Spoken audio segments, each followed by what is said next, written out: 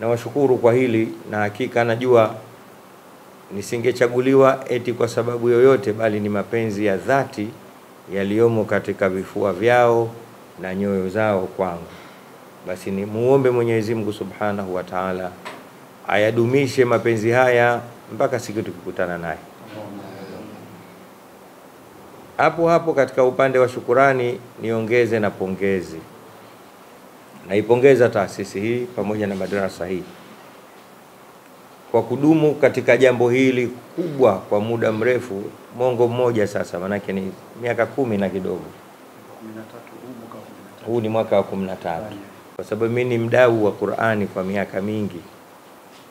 Najua changamoto, mazito, vikwazo, mchaka uliomo katika usimamizi wa jambo hili la kheri. Kwa vile ni jambo la kheri, na siku zote kama tunavyoambiwa hakuna jambo la kheri likasimama pasi na changamoto mbalimbali. Basi nawapongeza kwa kulishika hili.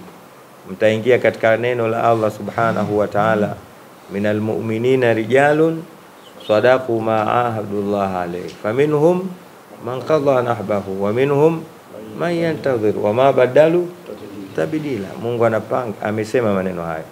Hakuyasema yakaishia kwa watu wa Maka tu na watu wa Madina waliokuwa zama zile, bali kwa vile ametaja minal mu'minina, basi nanyi mtakuwa katika kundi hilo. Niongeze hapo lishikeni jambo hili na likamateni kwa magego ya meno yenu, kwa sababu ndivyo inavyokuwa. Atahsabul majda tamran anta akilu lan tablughal majda hatta tal'aqa sabira. Mmoja katika wanachuoni alisema hivyo, usidhanie utukufu au mafanikio ni tende ambayo utakuwa unaila huko unatikisa miguu. Hapana, bali mafanikio ni mchaka, huwezi kufikia ila uonje shubiri. Na shubiri yenyewe ni hizi tabu mnazozipata, nimesikia umezitaja katika hotuba yako Sheikh. Binafsi nakumbuka zamani nikiwa mdogo, manake mdogo zaidi hapa, alikinialika Sheikh Ali kuhudhuria madrasa hii siku nyingi sana, nafikiri ni zaidi ya miaka 13. Wakati huo Sheikh Kaporo unafanya kazi jirani na pale. Nilikuwa nikipita na chungulia kidogo, nimekwenda, sikufikiria kwamba iko siku moja nitakuja kualikwa kuwa ni mgeni rasmi katika uzinduzi wa mashindano makubwa kama haya. Ni miaka mingi sana Sheikh. La, umesahau? Nakumbuka katika ile nyumba pale. Nikija na mimi natamani kwamba siku moja nisimamishe jambo kama lile. Makundi ya mashindano haya mwaka huu ni kama ifuatavyo. Takuwa na juzuu 1, juzuu 3, juzuu 5, juzuu 7, juzuu 10, 15, 20, 25 pamoja na 30. Lakini pia kwa kipekee kabisa tutakuwa na kundi maalumu ambalo kundi hilo huhusisha akina mama waliokuwa zaidi ya miaka 70. Lakini pia tuna wale ambao ni walemavu wa macho ama walemavu wa viungo vingine, na wale wanaosoma kwa njia ya namba, yani tahqiqi tashjia. Hali kadhalika ni vyema ikafahamika kuwa Umaif haikuasisi mashindano haya makubwa na ya kipekee hivi tu, bali iliasisi mashindano haya kwa malengo maalum.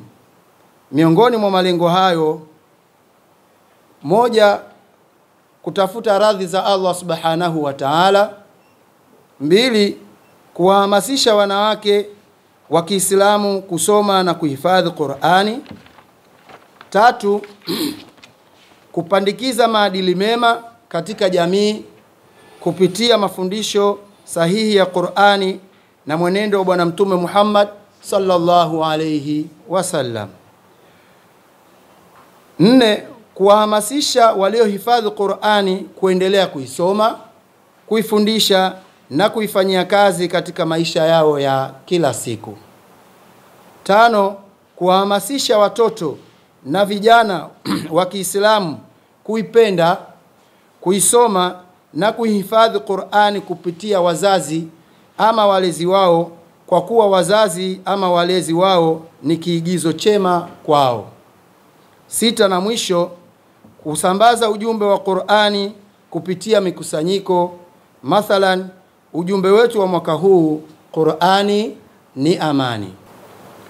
UMAIF imejikita katika falsafa ya kuwa Qur'ani ndiyo msingi wa elimu zote, na hivyo katika jitihada za kumuelimisha mwanamke, Qur'ani lazima iwe ndiyo kipaumbele cha kwanza kabla ya elimu nyingine. Ni wazi kuwa suala la kuhifadhisha Qur'ani limepewa kipaumbele cha kipekee na taasisi hii, kwa kuwa ndiyo msingi mkuu wa elimu na maarifa. Alhamdulillah, UMAIF inamiliki kituo cha kuhifadhisha Qur'ani kwa watoto na kina mama.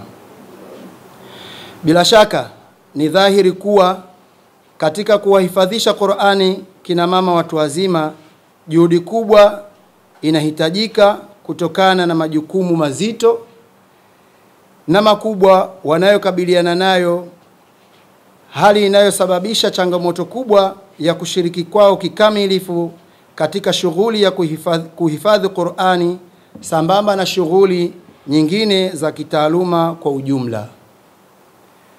Ili kuamsha hamasa kubwa zaidi katika jamii, UMAIF haikutosheka kuwa na kituo cha kuhifadhisha Qur'ani pekee, bali pia iliamua kwa makusudi kabisa kuasisi mashindano ya Qur'ani. Ndipo mnapo mwaka 2013 ilipoasisi mashindano haya makubwa, mazuri na ya aina yake. Mashindano ambayo yalianza ngazi ya chini kabisa, ngazi ya kata, na kupanda ngazi kutoka ngazi ya kata, mkoa, na hatimaye hivi sasa kufikia ngazi ya kitaifa.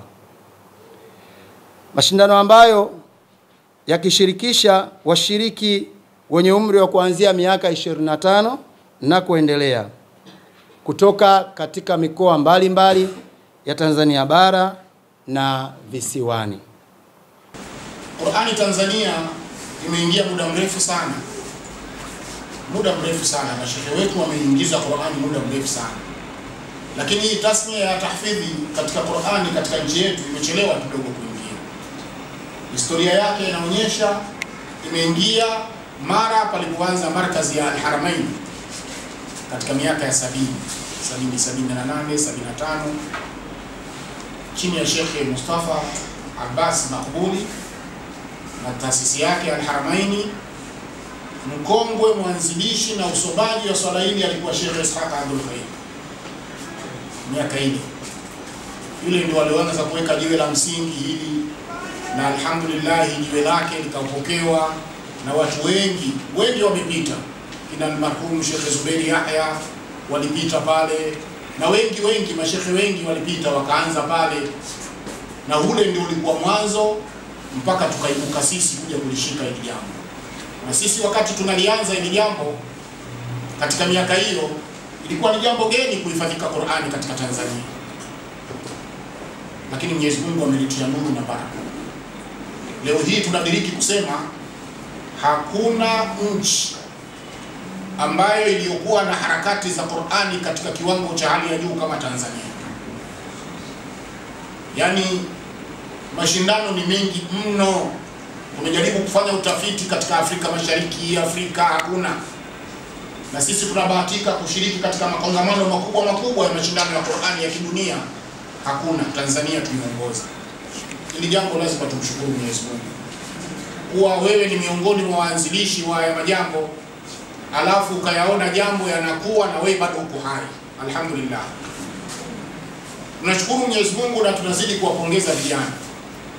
Alhamdulillah, mwamko ni mzuri na huu mwamko unatakiwa uendelezwe. Qur'ani ifike vijijini, Qur'ani ifike katika kila kona, na matokeo yake mtu akimwangalia kijana wa Qur'ani anaiona ile Qur'ani ni kweli kama alivyokuwa Mtume wetu Muhammad sallallahu alaihi wasallam. Ndio nasaha zangu na waombea Mwenyezi Mungu Umaif kwa huu mwanzo mzuri ambao waliokuwa wameuanza. Mwenyezi Mungu awape baraka na mafanikio ili mambo yawe makubwa zaidi na zaidi. Umaif leo walianzia kata, wilaya, mkoa mpaka